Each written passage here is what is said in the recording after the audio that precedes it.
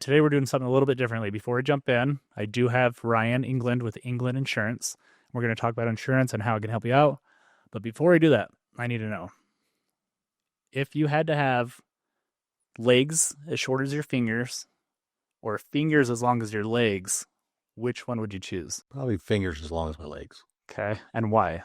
I'm the same. And I'll tell you why. But I think you could still find a way to do things. It'd be really hard. like you're gonna My legs were you're only gonna look really creepy either way. I'm picturing like ET walking around with like tiny legs just flopping around. So I'm not doing that. Long fingers, I still feel like you're pretty capable. There's probably some weird stuff you could do people can't do, but like Edward Scissorhands. yeah, actually gonna be movies probably. I mean, either way you might be, but Yeah. both really creepy. Okay, that was our Yeah, that gets you thinking for a second. yeah. So now we'll just jump right into it. So welcome back to the Homegrown Hustle podcast. Like I said, I've got Ryan Englund with Englund Insurance today. We'll just be kind of educating the public on what insurance means and why you need a good agent. So I'll let you talk a little bit about yourself, what you like to do, just who you are. Yeah. Like Josh said, Ryan Englund, we started an insurance agency back in 1998 with Farmers Insurance. And in January of 2023, we decided that we wanted to be an independent broker so we could offer different companies. So me and my boys, Isaac and Kyle, are in the agency as well. They're down in St. George, loving the golf and I was gonna say, back. So you're a golfer too. play golf. Yeah, we love golf, and beautiful wife Jan. And we love Utah. I've been here since I was 5. So Okay. Where were you at before? I was born in California. Okay. My parents Really? moved up to Springville Okay. when I So was 5. family moved out here. Yeah. Okay. So as far as I know, I've been here my whole life. Yeah, I don't remember much, Grew back up there, but Utah County? Springville. Okay. Been there the whole time. Still there. Awesome. Well, I'm a convert to Utah County, so I've Twilla County. Oh, okay. So I upgraded, but I do love Twilla as well. So that's cool to hear a little bit, like family owned. Yeah. You got your boys doing it. They're down. I think I've talked to the one, and so I don't know. I just think it's a little nicer when somebody knows who they're working with, which we kind of talked about. Who's the king of it? I don't like saying big names, but their logos all over the net of a college football game, catching the ball. Yeah. They never have agents. Like when I'm trying to get a quote, nobody can get a hold of it. They don't know who they're using. They've been paying them for years, but they don't know who their agent is or how to get a hold of somebody. Can you talk a little on why that's important? The number one thing that we talk to with new clients is we're going to answer the phone. Okay. Right. I'm not going to answer it forever. Right. Yeah. Somebody will answer the phone. I hope to never have a call tree. Right. Okay. We want people to know that they hired us. Doesn't matter which company, it's Travelers or Safeco or, Progressive or whomever, but it's us. Yeah. They don't have to worry about all of the details. We're here to help them handle their insurance. So if I'm brand new and I want to talk to you, am I calling, like, I'm guessing I'm calling your cell phone? Just call my office number. Yeah. And it's going to ring to you. It'll ring to me no matter where I'm at. Obviously it does ring on the cell phone. So if I'm driving, which I'm not saying everybody call and bug him right now, but yeah, but if I call my insurance guy, let's say I just had a flood, I'm like, who am I going to call? I want to get a hold of a guy that I know. And if I'm calling an 800 number and I'm getting bounced around, which I've done with State Farm, and that was not fun. I think I spent hours before I even talked to somebody that was going to initiate any kind of help. Mm. So we'll go back to kind of getting. Yeah. So we actually say to our new clients and remind our existing ones often that don't ever call the carrier. Okay. If I have you with Progressive, don't ever call them. What's the reasoning behind it? Frustration. Okay. Time. You're on hold. Yeah. You're talking to somebody you don't know, right? They may be looking triggered already from my State Farm call. You've got a billing question, let's say. Okay. They're going to pull up your billing, but there's changes that have happened. That's why you're calling, because your bill's changed. Well, you added a car, let's say. We know you added a car. We know what caused these changes. You call us, you email us. We have a mobile app where you just say, open a service ticket and say, hey, call me. I don't understand my bill. And that goes into the system, meaning like an after hours or a weekend or something like that. And then we can just, one of us calls and answers your question. I really do love that because I'm the guy that calls in where you tell the whole scenario to somebody and then you find out that's not who you needed. So then you transfer and that first thing they ask is, okay, tell me. And I go through the whole thing again. All over again. And they're like, oh, okay, I know who you actually need. And I'm going to the third person now and it's starting all over. And my wife's taking the phone at that point. I'm done. I'm running away from the situation. This is I'm fuming. She will handle it. Just like you. So now she's going to go through the whole thing over. I absolutely hate doing that. And that's why we say don't call the carrier. Yeah, call who knows. You are going to have to do that. And if it is something very complicated, let us sit on the phone and go through all of those steps with the company. You can voice it. You know the scenario. You know the person. Yep. Yeah. If we've got to do that, that's fine. That's what you pay us for. Okay. So. No, I love that. So I mentioned flood. I know we've talked before where water damage, kind of a common thing. I've had an issue with sprinklers that was not covered. Do you want to touch a little on that? Yeah, water damage is the number one home claim that I've seen over the 27 years. People will use the word flood, and in our world, flood is rising waters, rising rivers. It's those kind of things. So water damage. Insurance name for it. It's is it God something? It's God act of God. Yeah, that gets thrown around. Heard that term. Without going really deep into the weeds of insurance policy wording, water's not covered at the beginning of a policy. So fire, wind, hail, lightning, vandalism, theft, falling objects, they go through all those things that are covered. Water's not one of them. Then in the back end of the policy, they kind of bring in, except if it comes from suddenly from a plumbing or heating device. Okay. So an ice maker line, a pipe breaks, pipe freezes, sprays water, that's sudden.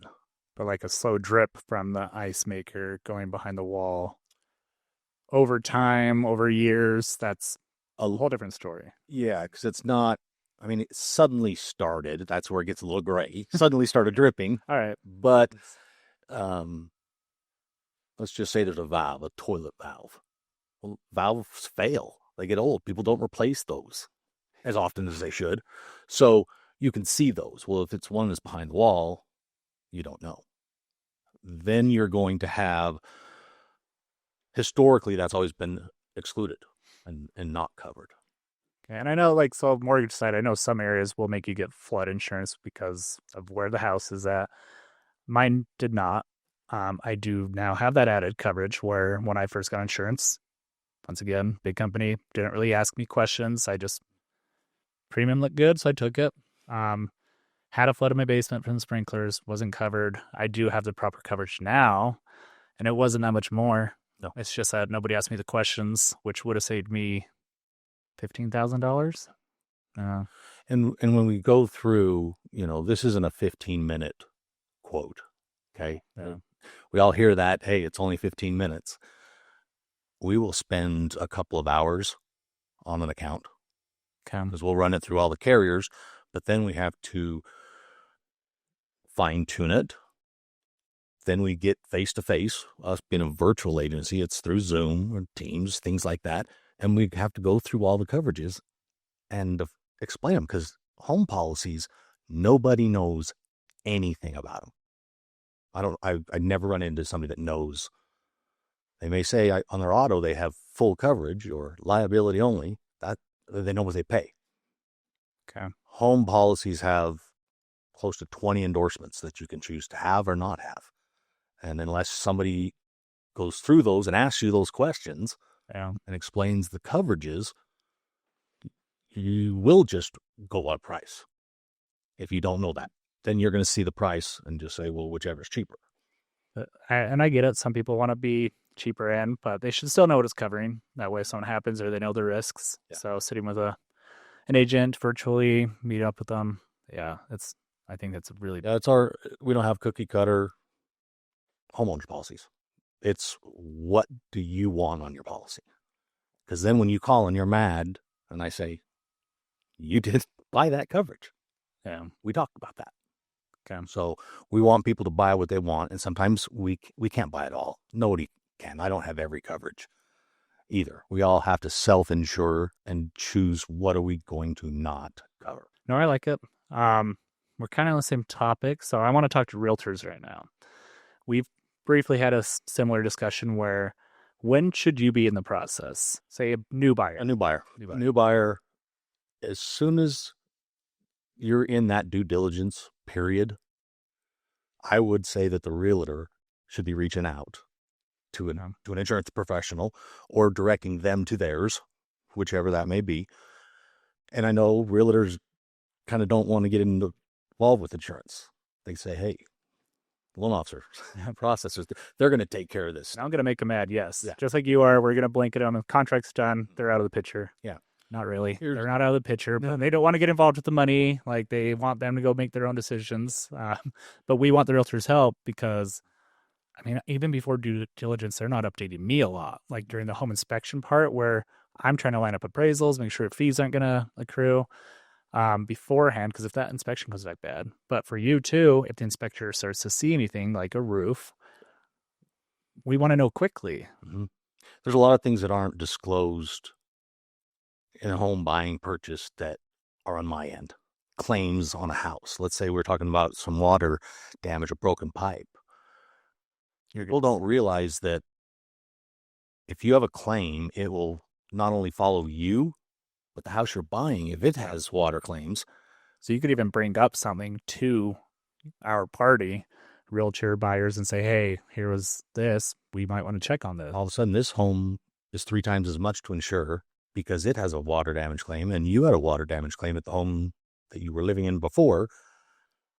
It's no longer $100 a month in your process, right? So if we can nail that down, I guess in a worst case, if it was really bad, before due diligence ends, we'll find a different house.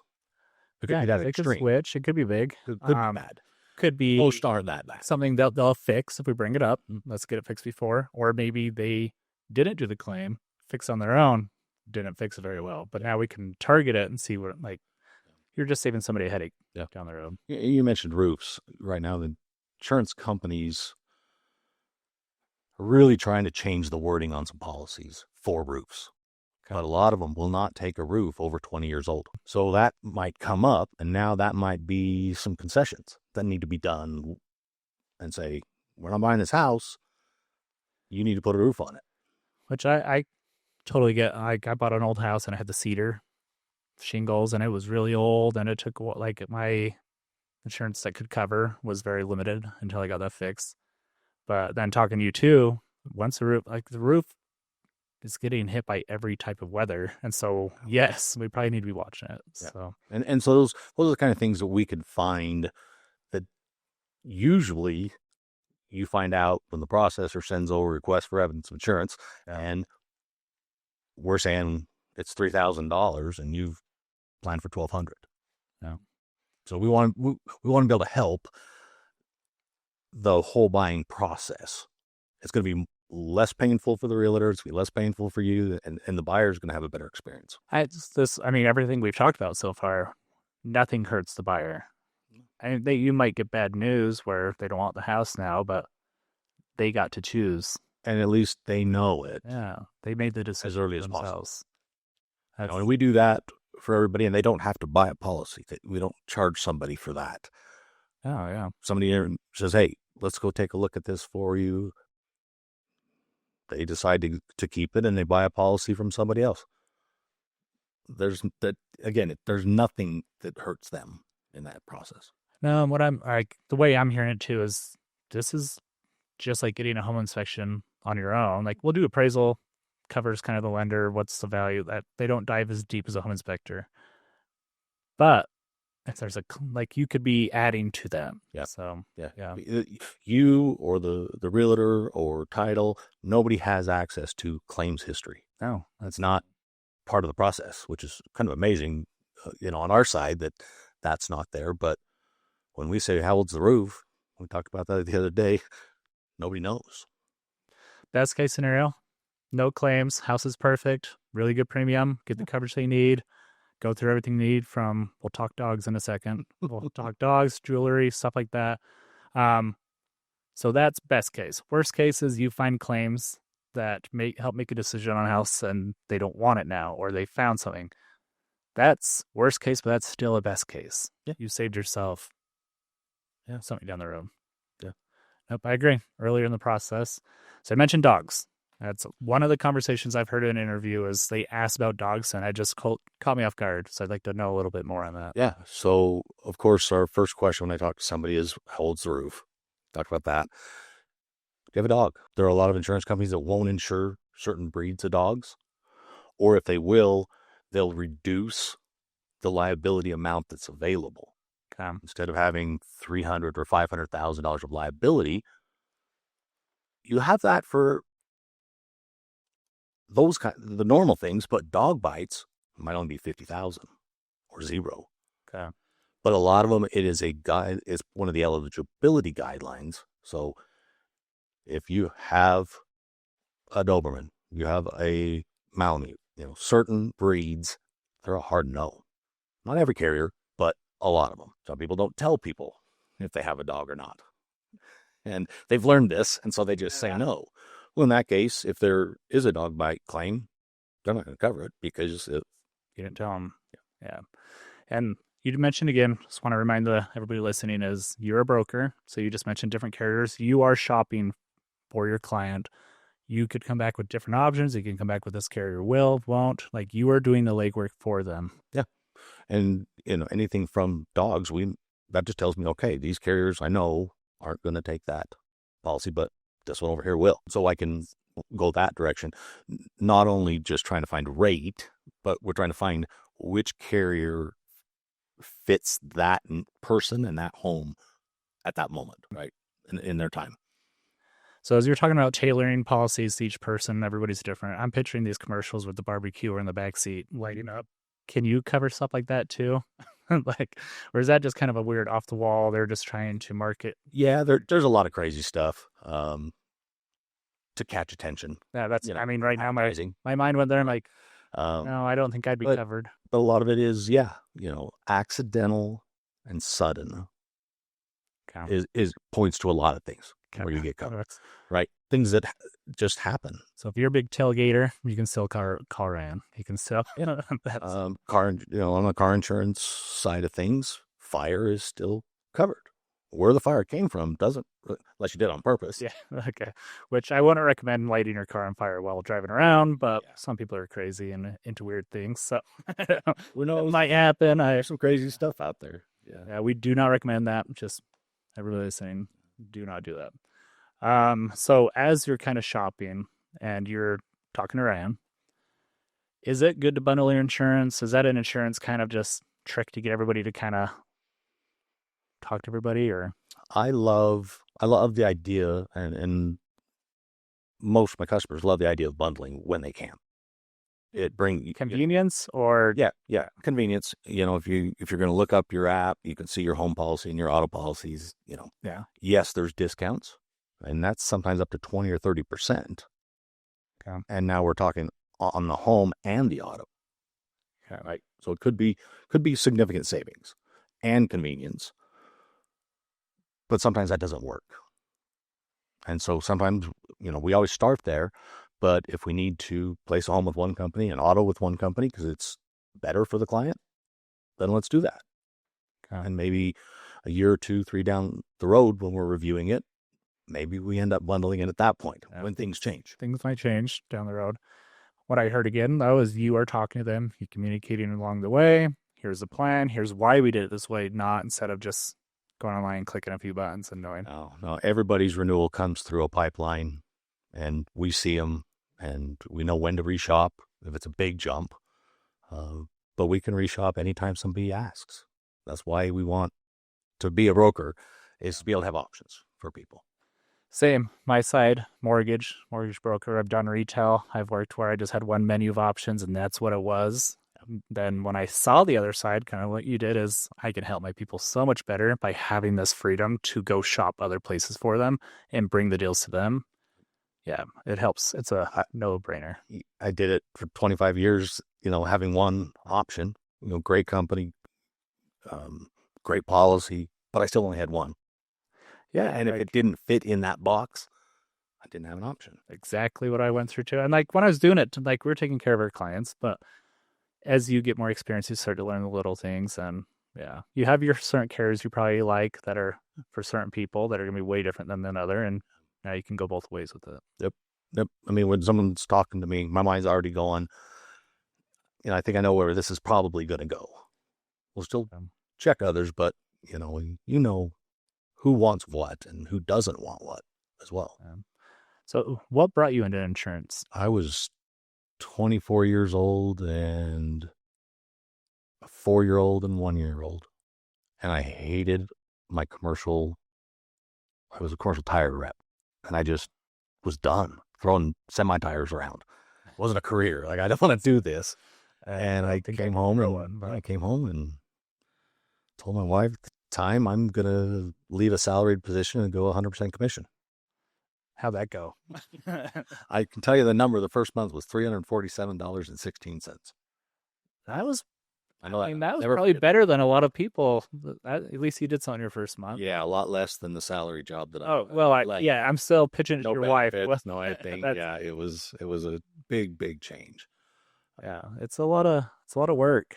But I love it because I love the education side of it, helping solve a need through this process, and so many people have been trained by big companies and commercials that it's price, that it's just a commodity. And it is until you have claims and you don't have any coverage because you didn't learn anything. You didn't choose what you wanted. And so I brought up commercials too because I wanted to touch on it again. Like when I'm talking to somebody about going to talk to an agent like you or loans, one of my favorite things to bring up is you don't always want to pick the company you just saw run a Super Bowl ad or spending thousands, millions on marketing because who's paying for that? Yeah. I mean, that's all I have to say is who's paying for that ad? It all is in the client. It's the client, and they're big enough and they can charge what they're charging. And if they work with somebody that can tailor the scenario to them, you can get them placed in what they need rather than somebody just seeing them as a number. Yeah. I would tell everybody, find an agent that you trust. Yeah. That's somebody you can. Don't be so worried about the company, the carrier, right? Because when it comes down to it, do you have somebody that will help? Yeah. Because your logo is not going to be who their premium shows. No. You help place them there. Yes. You might help place them, like you said, in 2-3 years. It might switch to a different one. But there's one constant. That's you. Yeah. We don't change the whole time. Yeah. I've done this 27 years and I don't want to do it for another 27. I'd like to retire at some point, but that's why we brought the boys in. Got the boys coming in. They've been taught to do it the way I do it, the way we want to be different in that respect, that we're helping people and we'll spend a couple hours on it. Now the client has to be willing to spend an hour on maybe a Zoom call or on the telephone so we can talk to them. We have to talk through this. It's not just email me a quote. We don't do that because I don't even know what coverages to put on. What to add. And they don't either. They don't know what to tell me to put on. That's the tricky part on homeowners policies for sure. Which, and earlier too, you'd mentioned somebody calls you mad and they're like, I just had this happen. It's not being covered. They're trying to blame you. But if you had the conversation, they're going to remember. You're going to be able to say, hey, we did talk through this. And hopefully this never happens in it, but it will. Yeah. People are going to deny coverage that they might need just because they see a dollar amount. But you had that conversation to educate, and you were transparent about it. Yeah, you mentioned your water damage.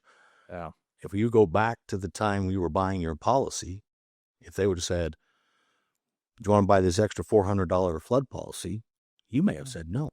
I might have. Now you're going to say No, yes because no, you yeah. through it. I've But probably helped sell that for so many other people now too. I'm like, when you look at it in the big picture, that was not $400 more a month. That was $400 more a year. Like when you break that down, like I'll skip lunch once a month and pay for this. So yeah, I see people all the time that it's, well, this one's $100 cheaper in their home buying process. And I said, well, for all these coverages that we just talked about, it's $8 and change a month.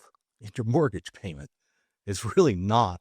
I know it's $100, and don't get me wrong, $100 is $100, but you really get what you pay for. yeah, For sure in this industry. okay. Well, thanks for coming on, Ryan. I just want to end with here's Ryan Englund Insurance. If you need a good rep that's going to talk to you and educate you and be with you for the life, he's your guy. Realtors, involve us earlier. Don't wait till the end because we could save you some time. Right in line with your home inspector. Like, utilize us. And I just really appreciate you coming on and educating us because a lot of this I didn't know either. And I have to help push people to get insurance, that they have to have it on their house. I appreciate it too. It's something we want to get out there, that this is the process. Let's look for more than a 5-minute quote. Yeah. Okay. Appreciate you. Thanks for listening to the Homegrown Hustle, and we'll see you around.